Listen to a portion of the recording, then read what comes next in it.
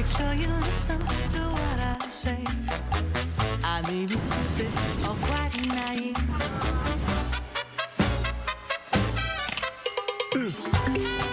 끝없이 쏟아지는 포토스팟. 휴대폰 한 대로 감당할 수 있겠니? Arrow straight through my heart.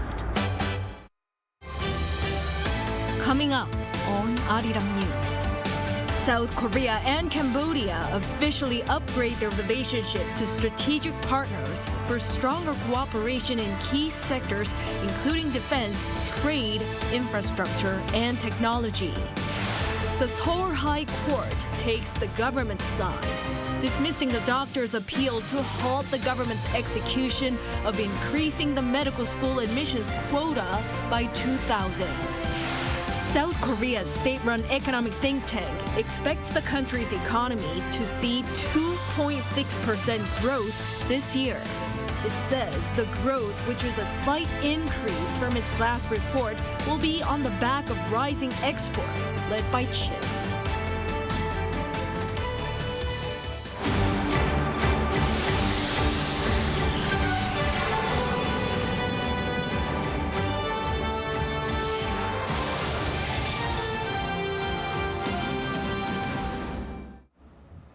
Good evening. It's 9 p.m. here in Seoul.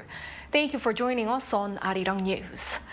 We start with South Korea and Cambodia marking a milestone in the bilateral relationship as they're now officially strategic partners.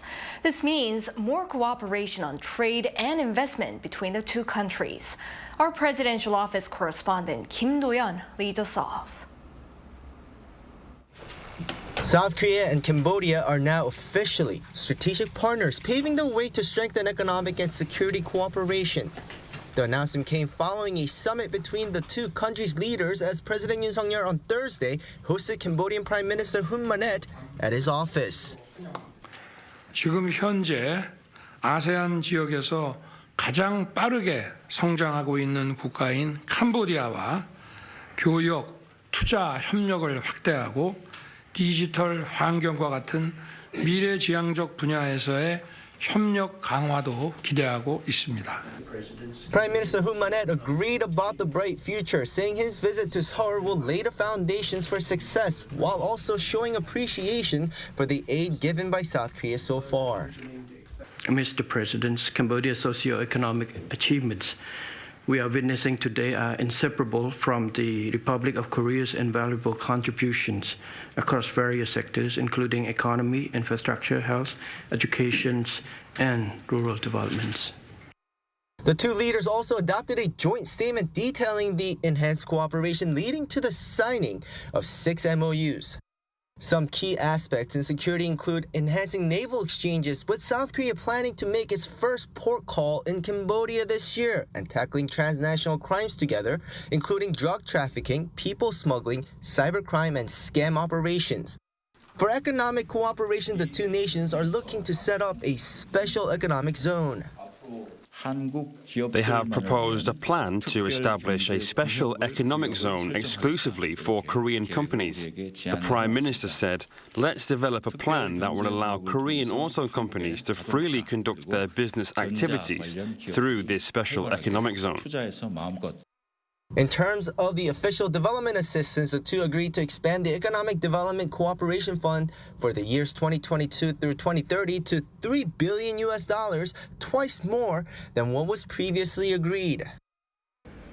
The enhanced cooperation comes with it being 27 years since the re-establishment of diplomatic ties and with accumulated exchanges accelerating. In fact, the Korea-Cambodia FTA has surpassed $10 billion of trade, and it only came into effect in November 2022. In the meantime, at the luncheon was First Lady Kim Geun-hee resuming official engagements after leaving the public scene last December following news of her accepting a luxury bag as a gift. First Lady Kim has a special connection with a young Cambodian she met during the president's ASEAN summit trip in 2022. Ao Grotha, a then 14-year-old, was invited to Seoul by the First Lady to receive the heart surgery he required as he wasn't able to receive proper care due to his family's economic situation. Prime Minister Manet personally thanked the president and his wife and said this was one of the most important examples of the bilateral exchanges. 김도현, Arirang News.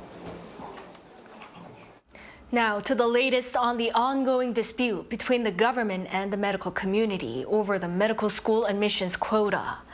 The Seoul High Court has ruled in favor of the government, effectively giving the green light for it to proceed with the quota expansion of 2,000. Our Choi Soo-hyung has the latest.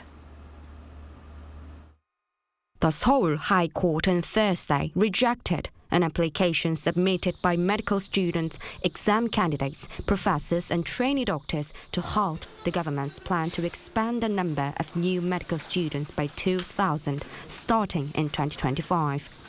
Right after, the government said it respects the court's opinion, while trainee doctors announced that they will not return to their post regardless of the outcome. The court ruled that medical school professors, trainee doctors and exam candidates are not the parties involved in the lawsuit and dismissed their claims. Regarding medical students, while they are considered as a party, the court rejected their claims due to concerns of significant implications on public welfare. This court's decision is pivotal, as now government can enter the final stages of its medical reform plan.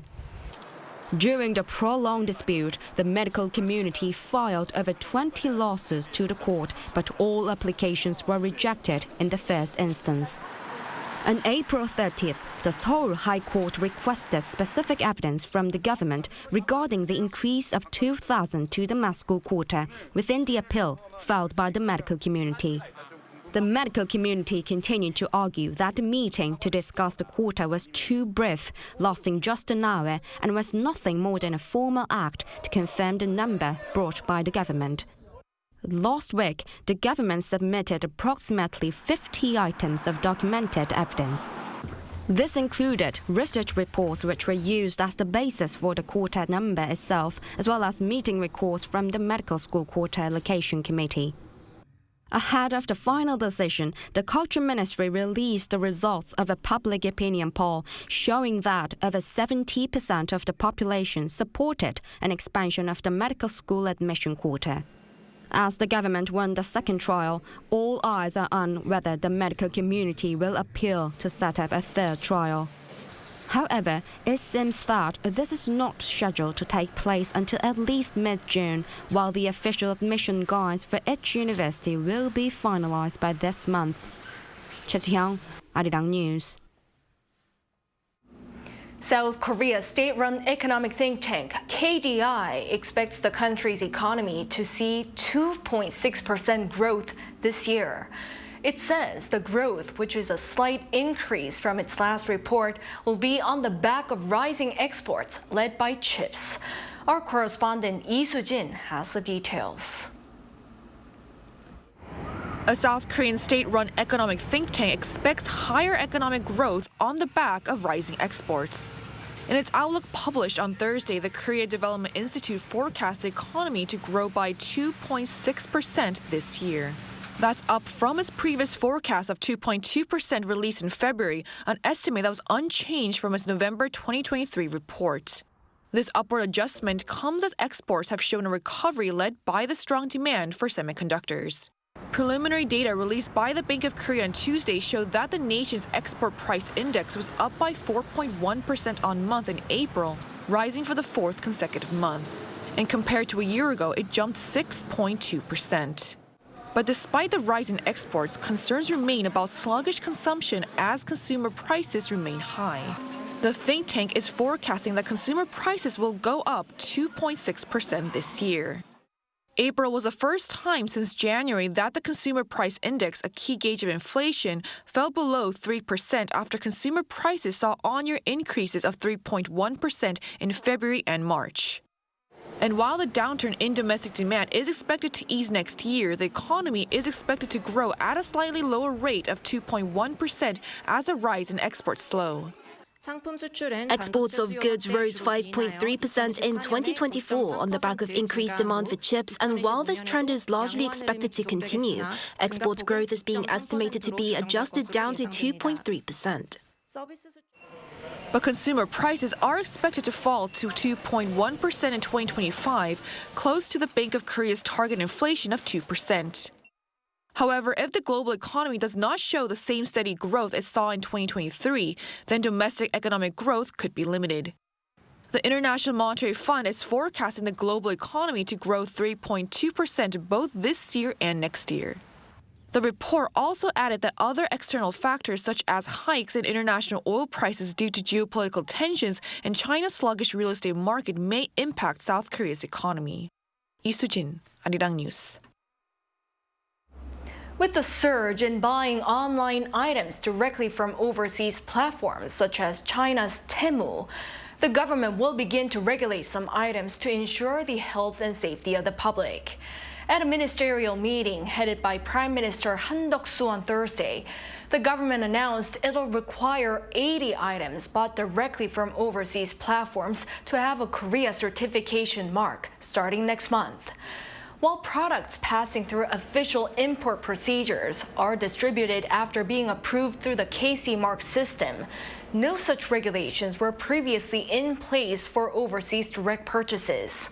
Items on the list include strollers for babies and toys for children under 13 years old, as well as chemical products such as disinfectants and preservatives for humidifiers. The dispute over whether South Korean online platform giant Naver will sell its shares in Tokyo-based Line Yahoo appears to have expanded, with the governments of Korea and Japan expressing their stances on the issue. This has led to some experts raising concerns about the matter. Our Park Gun-woo has this report. South Korean online platform giant Naver has reportedly earned more time to decide on whether it will sell its shares in Japan's Line Yahoo, which operates the most popular messenger app there, Line. The South Korean government said on Tuesday that Naver will not include reorganizing its shareholding structure in a report that Line Yahoo is set to submit to the Japanese government by July. The report was ordered by Japan to include ways to prevent the recurrence of security issues that took place last November. It includes reorganizing shares that Naver and Japan's SoftBank hold in their 50-50 joint venture A Holdings, which has a 64.5% share in Line Yahoo. Also on Tuesday, the Japanese government once again mentioned that reorganizing the shareholding structure was still on the agenda. Pundits say that through A Holdings shares, Naver has a 32.25% stake in Line Yahoo, which is valued at around 8 trillion won, or over $5.8 billion at the current stock price. If these are sold and the proceeds are funneled back to Naver, then it could invest this in the AI sector that has recently become a company focus. Naver's union has expressed concerns over job cuts and the loss of company technology and know-how if this deal goes through. One expert said a problem facing the company is that most of the technology behind Line is supported by Naver. Since the deal with SoftBank, Naver has tried to apply its new tech and know-how to Line Yahoo's businesses. But this was not that easy. Another expert raised concerns over Naver selling its shares. This could set a precedent of a Japanese firm exploiting a Korean firm's technology, which could happen again and again. He was also concerned about Naver having to give up its services, not only in Japan, but also in other regions such as Southeast Asia. The expert added if Naver's case does become a precedent, it will not be helpful for Japan either, as there's the possibility that firms from other countries would be wary about creating joint ventures with Japanese companies. Park Gun-woo, Arirang News. Earlier today at the National Assembly, the Democratic Party, which won the most seats in April's general election, recommended lawmaker-elect Woo Won-shik as the next Speaker of the Assembly. Vote on whether to approve him is expected next month. Our political correspondent Lee Si-hoo explains. On Thursday, the main opposition Democratic Party elected its lawmaker-elect Woo Won-shik as its candidate for Speaker for the first half of the 22nd National Assembly. While the DP did not officially disclose the number of votes Woo garnered, it said the majority had voted in favor of him against the other candidate, Choo Mi-ae. 169 out of 171 DP lawmakers-elect were present for the vote. It's a customary practice here in South Korea for the party with the most seats to recommend a speaker. The National Assembly then decides whether to approve the recommendation through a majority vote at a plenary session. The DP secured a majority in the new assembly following April's general election, winning 171 out of 300 seats, while the ruling People Power Party secured the second most with 108. The assembly will likely vote on Woo's potential speakership at its first plenary session, scheduled for June 5th, according to the ideal schedule outlined by the National Assembly Act. And with the DP holding the majority, his speakership is widely expected to be approved. Woo said in a speech following the vote that he would prioritize the people's needs if approved to lead the assembly. The people let us know their heart in this past election. The National Assembly will now follow the hearts of the people and carry out the work it needs to do. Woo further vowed to become a speaker who works for the rights of the marginalized in society. He is a soon-to-be 5-term lawmaker with experience on the Assembly's Environment and Labor Committee. In a written statement by spokesperson Kim Min-jun, the PPP congratulated Woo's candidacy but also urged the DP to work towards cooperation. Kim said the PPP will cooperate with the opposition to, quote, open the door to a working National Assembly. Also on Thursday, the DP recommended lawmaker Lee Ha-kyung to be deputy speaker. Lee Si-hu, Arirang News.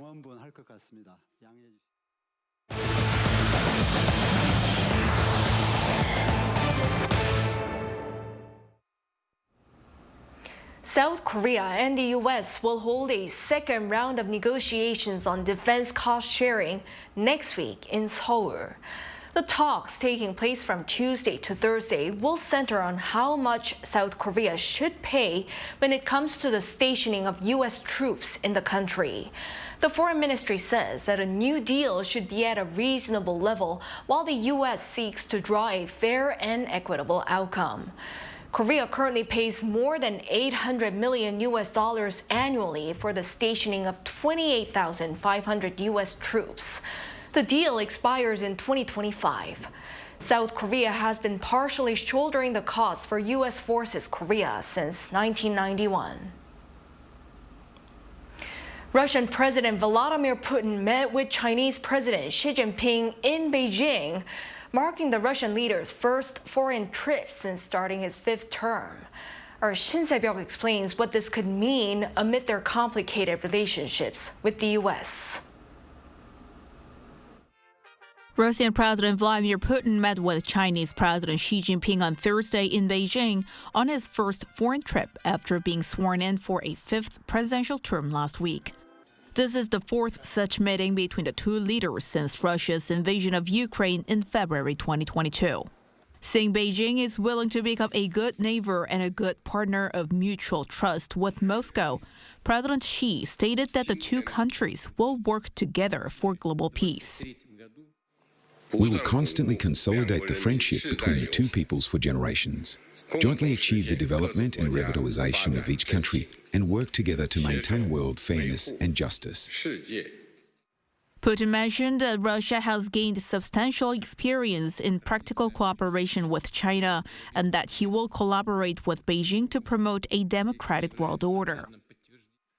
Our cooperation in global affairs is one of the main stabilizing factors on the international scene today. The Russian president is also set to meet with Premier Li Qiang, China's second-in-command, to discuss cooperation between the two countries in trade, economics, and humanitarian efforts. The summit between the two heads of state came at a time when Moscow has become more dependent on Beijing. With China refusing to condemn the war in Ukraine and with increasing sanctions from the United States and its allies, this has made the two countries the most powerful geopolitical rivals of the U.S. Western states believe that while China may not be directly selling arms to Russia, it is exporting key technology and components that significantly bolster military capabilities that allow the war to continue, which U.S. Secretary of State Antony Blinken said was helping fuel the threat to European security. In fact, according to an analysis of Chinese trade statistics by the U.S. think tank Carnegie Endowment, China is estimated to export over $300 million worth of dual-use civilian and military items to Russia each month. Putin's state visit to Beijing follows a visit by Blinken last month when he warned China's top diplomat Wang Yi against deepening military support for Russia. It also follows a trip by Xi to Europe last week, where he met with the French president and the EU Commission chief and was pressed to use his influence on Russia to end the war in Ukraine. Eyes are now on whether President Putin will visit North Korea following his trip to China. Given that he accepted North Korean leader Kim Jong-un's invitation, some projections suggest he will visit North Korea by the end of the year to strengthen the North Korea-China-Russia alliance. 신세벽, Arirang News.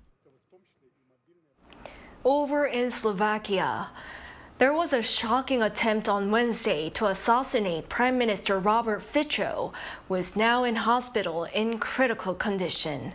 Our Shin-Young has more.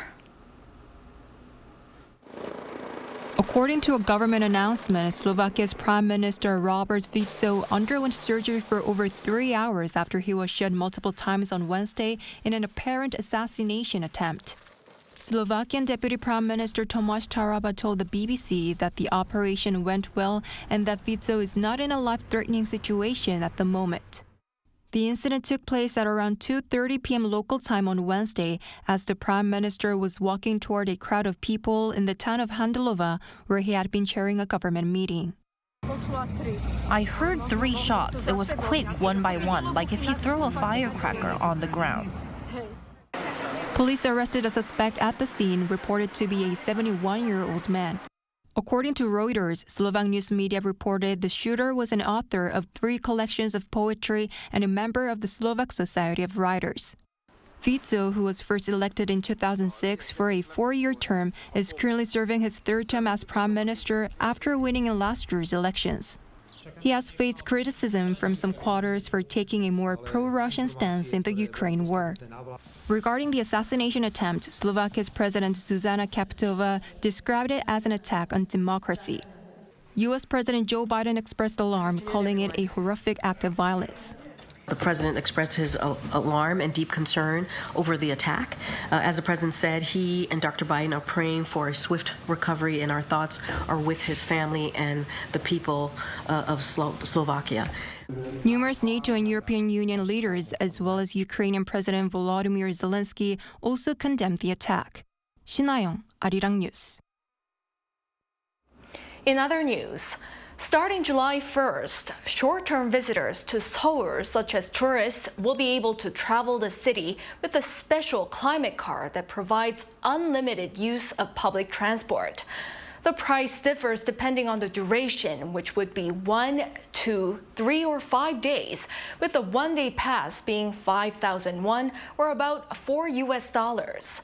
A 5-day pass costs 15,000 won, or around $11, and with this card, people can have unlimited access to buses and subways in Seoul for that period. They can be purchased at multiple locations, including the information center at Seoul Tourism Plaza or convenience stores nearby subway stations.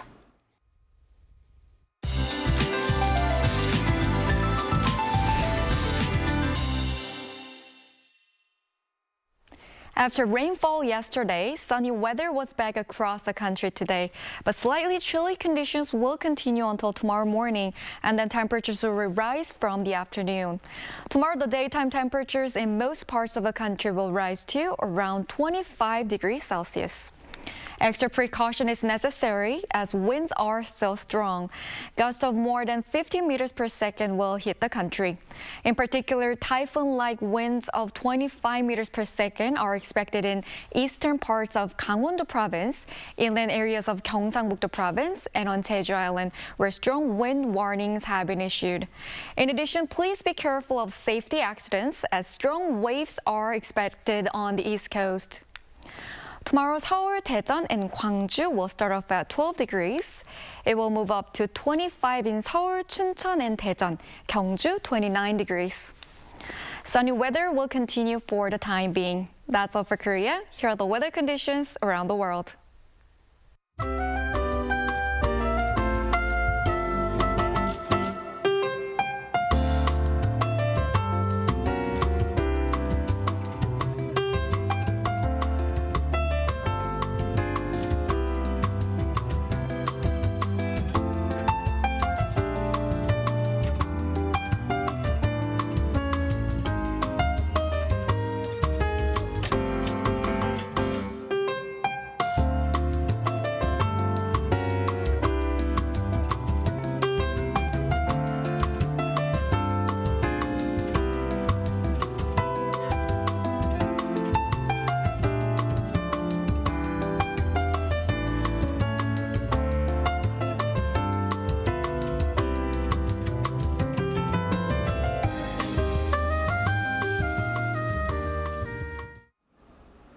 Well, that is all for this newscast tonight. Thank you for watching. We'll be back tomorrow with the most up-to-date news at 9 a.m. with New Day at Arirang. Good night.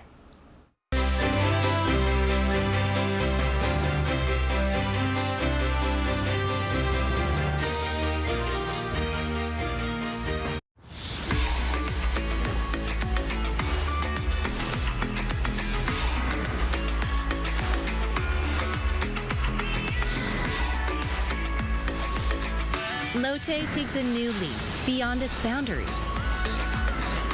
Our change will lead to better lives